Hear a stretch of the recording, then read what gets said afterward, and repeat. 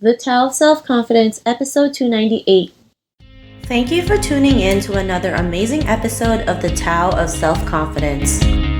Get your free self-talk tape for building self-confidence by visiting our website at thetaoofselfconfidence.com. Your inner journey to self-confidence awaits. Well, hello friend. Welcome to The Tao of Self-Confidence, where I share stories of amazing women who have discovered their inner journey to self-confidence. I'm your host today, Sheena Yap Chan, and today I have a phenomenal lady on the show today. She is a professional hair and makeup artist, and I'm just excited to have her on and share her story with us on self-confidence. So without further ado, I'm going to introduce you to Pamm Merrera. Pam, how are you today? Maybe you can fill in a little bit more about yourself to our listeners.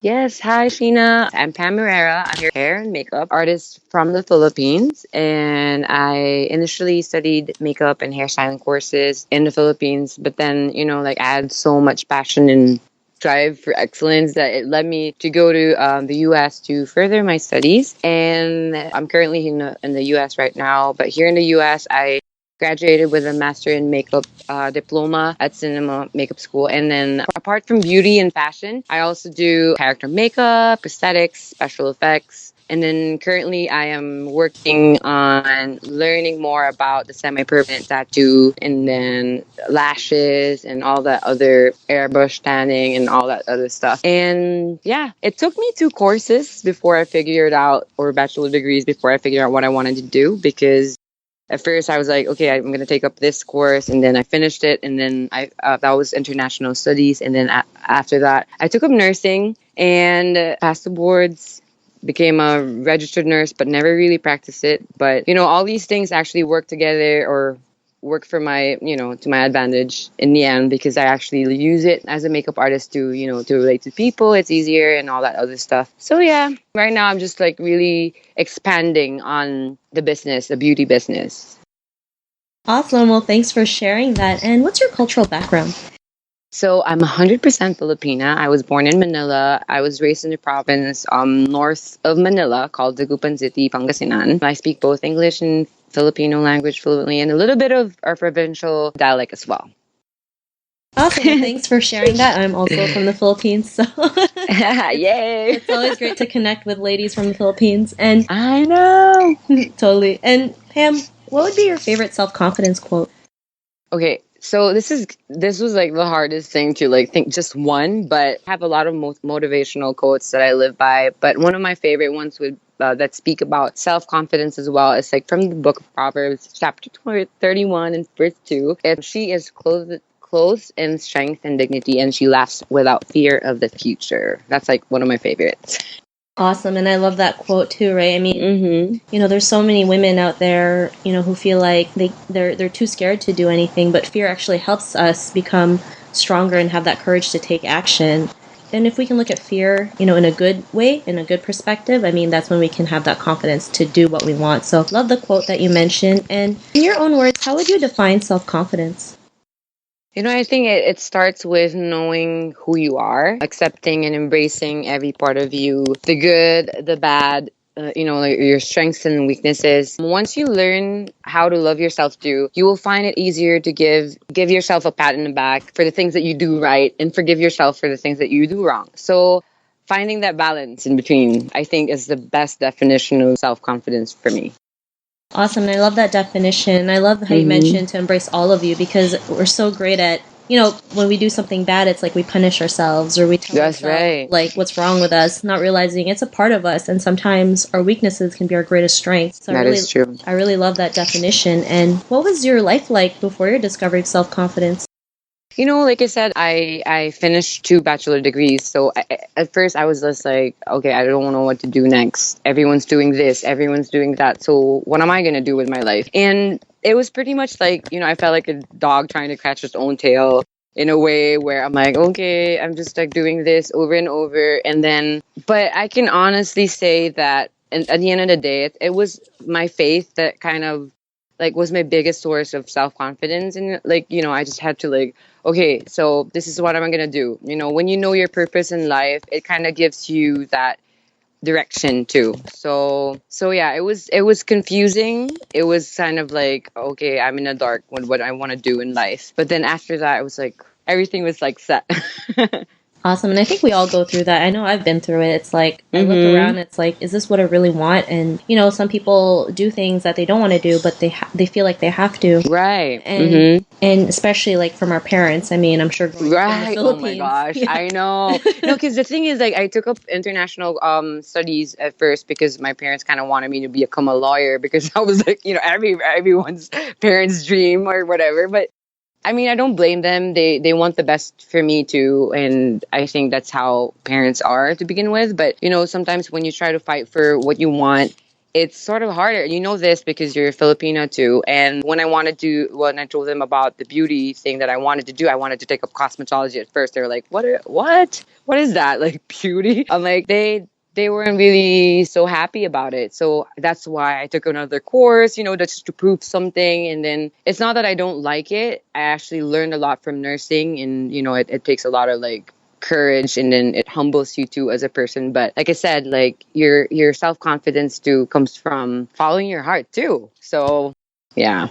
Thanks for sharing that. And what was that point in your life when you realized like, beauty, doing hair and makeup was like your purpose and it's something that you love to do? Like what was that aha moment?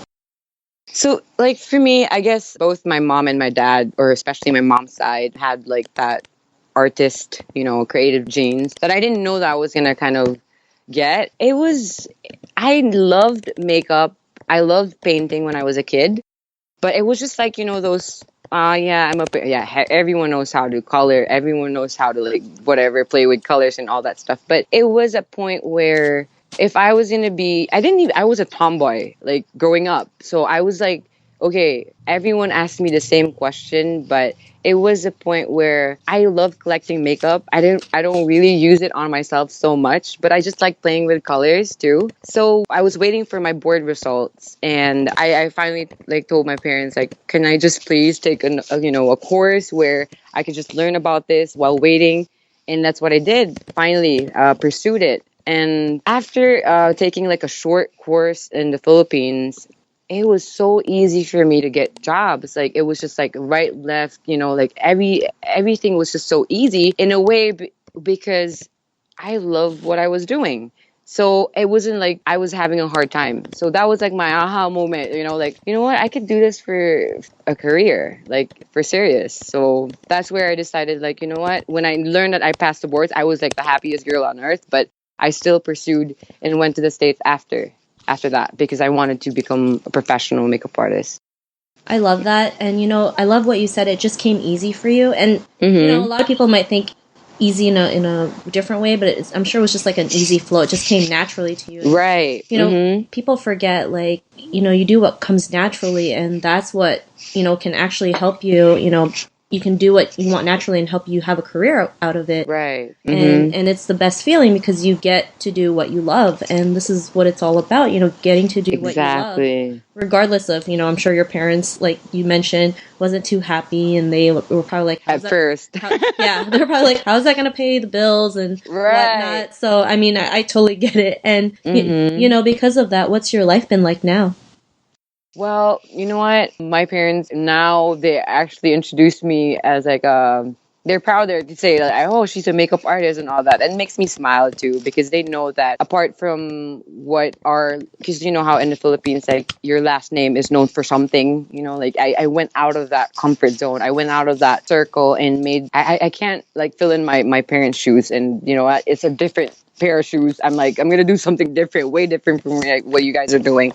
And I'm happy that I did that because not everyone is blessed to actually find a job that they love. And it's been 5 years and I'm excited. I still get nervous every job I get because there's always room for growth. There's always room for improvement. And that's why I'm still here. I'm not scared to take a break and learn something new to introduce in the Philippines, to kind of like, okay, this is what's new. This is what's going on now. And just to evolve with change too. Like given that the technology nowadays, it's just like really fast change everything. And I also believe that in the industry that I'm in right now, you don't always have to be the best out there. You just have to do everything. You just have to, you have to love what you do And that's why I'm happy, because I don't even have to. I love what I do, and do it with so much passion and excellence, and you'll be amazing at it.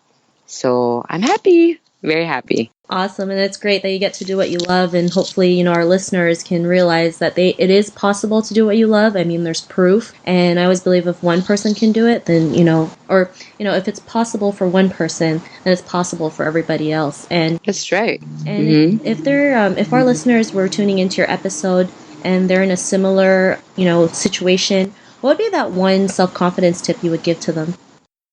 It's never too late to start something. I've met so many women out there who started way later than I did. I started when I was 25, and, I was teased like, oh my gosh, like, when are you going to finish, or when are you going to do something? And now I'm happy that I actually it took time before I figured out what I wanted to do. And I have a better understanding of life, of how to make money. I'm not so overwhelmed with all these things that you're overwhelmed with when you're younger. And now that when I started later, I know that it's easier for you to just embrace the changes, embrace everything that's going on. You're not so like worried about how you look every day, or, it's just about, now I'm all about kind of like empowering people that I meet every job that I get. So yeah, like everyone views beauty in a more shallow way. But for me, I always tell people that I meet, like, this is just a tool for me to meet people, to actually empower other people. But this is not where it ends. I love making other people feel good about themselves, and every chance you get, like, to share your life, your experience, and all that stuff. That's like the most amazing part of my job. I love the tip that you mentioned, because, so many people think it's too late to do what they love. Right. I mean, Martha Stewart started her empire, like, I think in her late 50s or in her early 60s. Oh, really? Yeah, so I mean, there's so many entrepreneurs out there who start late and still can be successful. And, and you mentioned, you took your time, which is great, because a lot of people feel like they're in a race. It's like, I know, if I finish last, I'm a failure. It's like sometimes we need that time to heal, to get to know who we are, to love ourselves, having that inner beauty. So I'm really glad that you mentioned that. And Pam, if our listeners wanted to get to know a little bit more about what you do, or check out some of your cool, makeup that you've done, is there any links or social media profiles we can connect with? Yes, I'm on Instagram. It's sort of hard to pronounce the name that I have, but it's Professional Maquillage. But they can go look for me as Pamm Merrera. Just my name. Type in my name, Pamm space Merrera, Merrera. They can look for me on Facebook as well. And yeah, I have like a business page over there. They can follow me on Facebook and see my Facebook live videos as well, on how-tos and whatever, like about makeup and different tips about beauty. And yeah, they can get in touch with me through that, and email promac, promaq.hmua@gmail.com if they have like any inquiries or questions or whatever it is that they have in mind. So yay! Awesome. Well, thanks for sharing that. And don't worry, listeners, if you want to connect with Pam, you can also head on over to thetowofselfconfidence.com and search for Pam's name. Her show notes will pop up along with everything else we talked about. And I really want to thank Pam for taking the time to share her story and tips with us. So thank you so much. You're welcome, and it's my pleasure. I'm honored, by the way. No, not a problem. I'm just honored to have you on and share your story. And listeners, be on the lookout for another new episode of another amazing woman's journey to self-confidence. And we'll talk to you soon. Bye for now. Thank you for tuning in to another amazing episode of The Tao of Self-Confidence. Get your free audiobook by visiting our website at thetowofselfconfidence.com. Your inner journey to self-confidence awaits.